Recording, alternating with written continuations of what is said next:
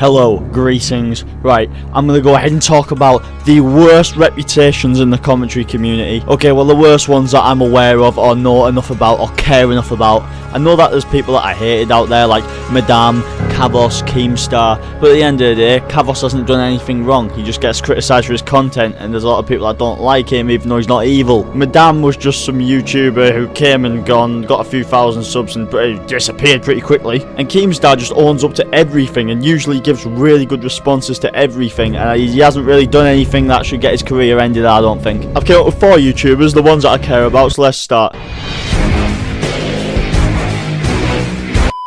So Just Destiny, this guy had 1.7 million subscribers and he was striking a YouTuber with 2,000 subscribers, and that was all because he made a video about him. The video was completely fair. All he did was take public stuff off his channel and criticise this grown man for clickbaiting with underage girls in very revealing clothing. And despite all that, it was all fact. This anonymous man who's never revealed his name, face or anything other than the fact that he lives in the USA, using kids in his thumbnails in revealing clothing is a bit fucking dodgy. So after seeing this video, it was the only video that had ever been made on him, but because he striked it, loads of videos came out on him, and even PewDiePie and Keemstar got in the act. The dislikes that he threw on the video, just all of them just disappeared out of nowhere. They were fake, they were botted, and then he sent a fake lawsuit, a cease and desist to this kid. It had no phone number on it. The address was just some magic shop in New York in some street. Also, it used to use outro music, and then people had a problem with that. And so Just Destiny was questioning why anyone could have a problem with it. All he was doing was using music at the end of the video. But here's a YouTuber who's just talking about his channel. Barely even played any of his clips, by the way. The video was like 17 minutes long, and all he did was like show a few seconds worth of clips. But he still striked it. I could go more into that, but just search up Just Destiny. You'll find a load of shit that he's done. Where do we even start with Chubbs? Jesus Christ. So he criticised the CSGO gambling community for scamming people, then made his own CSGO gambling video a year later. The video was edited by a 12-year-old, a little squeaky one, and that 12-year-old was a YouTuber with 200 subs. Chubbs had 600,000. So this little kid was meant to get $30 for the video. He didn't get paid at all, and just to make matters worse, Chubbs got asked by him if he could record a 5-minute audio file for his video. Chubbs asked for $150 after not paying him for the video he edited. So he took the money, and the audio was never recorded. After throwing the audio off for ages, the kid was asking him, and Chubbs decided to ask for another $50. The kid got money back off Keemstar. Chubbs got exposed for this. And also, why would you want an audio clip anyway off someone who, after that, ended up getting exposed for, despite having 600,000 subscribers, plagiarising videos word for word? His shit cookie cutter videos were stolen from smaller YouTubers. Also, audio surfaced of Chubbs going on pretty vicious rants hoping that his friends would die of cancer. Lovely guy, but probably a better guy than Loki.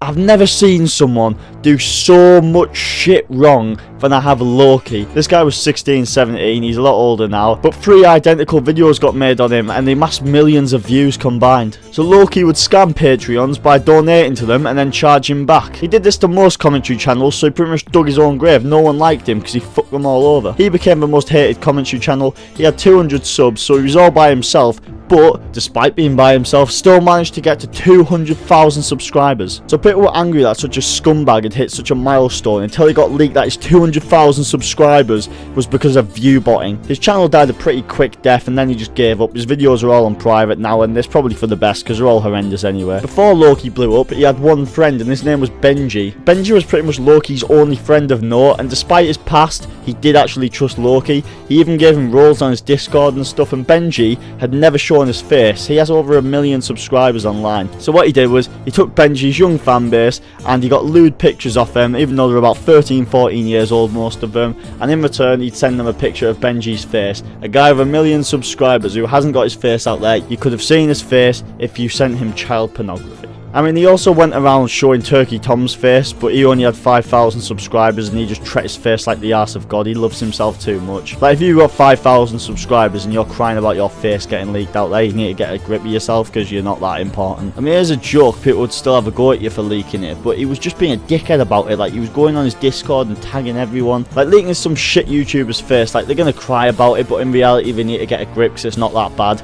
But Scrubby Ryan, let me tell you about this guy. He has a channel with 2 million subscribers and was friends with pretty much everyone in the community, and probably still is. From his time on YouTube, I've seen Scrubby mess up once and only once, but nobody ever found out about it. He had a friend with around 800 subs called Max, and he wanted to go to some YouTuber event with him. They decided to create this channel, bought a load of views, get money off it, and then other than that, Scrubby's got pretty clean past. He is actually a really nice guy, and he's very generous as well. He sent Loki a lot of money once, but he accidentally left his address on PayPal, so Loki just went around spreading his address. He got his address because he was being nice to you, and yet you still went around just spreading it. What a dickhead. And he called up the school of a YouTuber to say that they had a gun on them. But you know what? He's not as bad as imallexx. imallexx is this grown man. He fucking speaks with a stupid voice. Let me tell you some stuff imallexx has done. So I'm going to start off by telling you that he's got shit content. Here's one of his worst videos. It's a Reddit video where it's boring, it's unfunny, it's a little bit awkward, and he's got the water bottle here in the corner as the focus of the video, so it hurts your eyes just to look at. His videos are so terrible, honestly. They were always sloppy and contradictory. It was pointed out that despite criticising the prices of other people's products, imallexx would take a $4 shirt and he charged $33 for it. Very hypocritical, just like everyone on this list. But you know what? That's forgivable. And I don't think he owes an apology for it anyway. He's a social climber. He always made videos with wild Spartans, but never spoke to him ever again. Colossal is Crazy was a friend of his. Fucked him off once he didn't need him. He used to always mention Pyrocynical in his videos. He barely ever mentions him now. He got the opportunity to move in with Willenny and Memulus, someone who I'd never heard him mention before he moved in with them. So now he's riding their dicks. He just jumps from one YouTuber to another, social climbing. If you don't have anything to offer him, he won't be your friend. I remember one of the first things he ever got criticised for before he even had 100,000 subscribers was attacking Zaptai, but I don't know if he's right or wrong there, so I don't want to go into that. If you want to see someone talk about that, just search it up. I'm not going into that. I honestly do not know if he's in the right or wrong, because I do not care. Instead, I'll talk about him lying about rape. So this is by far the most heat that imallexx has ever got on YouTube. His buddy Slazzo got accused of rape with no evidence by his ex-girlfriend. He was 16 at the time as well, and that was something that was left out. There was loads of allegations, but a lack of information. There was no context, no proof, but imallexx was so quick to throw his mate under the bus. He defended himself once he was getting shit for it, spreading lies that could just, to be honest, cause a suicide. Slazzo, James Charles, Perez Hilton, he's accused all these people of shit that have gone nowhere. imallexx rightfully got shit for calling out someone for rape and a load of other shit that never actually happened. And then he started digging his own grave trying to defend himself, and no one was buying it. And he got a lot of hate, a lot of dislikes, but that's just smoke and mirrors, innit? Like, his career should have been ended from that, and it wasn't. I've never seen him apologise for it. He's such a terrible person. Like I said, he social climbs, and then when he doesn't need you, he'll fuck you off. One person who got affected quite a bit by this, and this wasn't even the only time, was iNabber, one of his oldest friends. He said that he's always wanted him with him. And here's the thing with iNabber.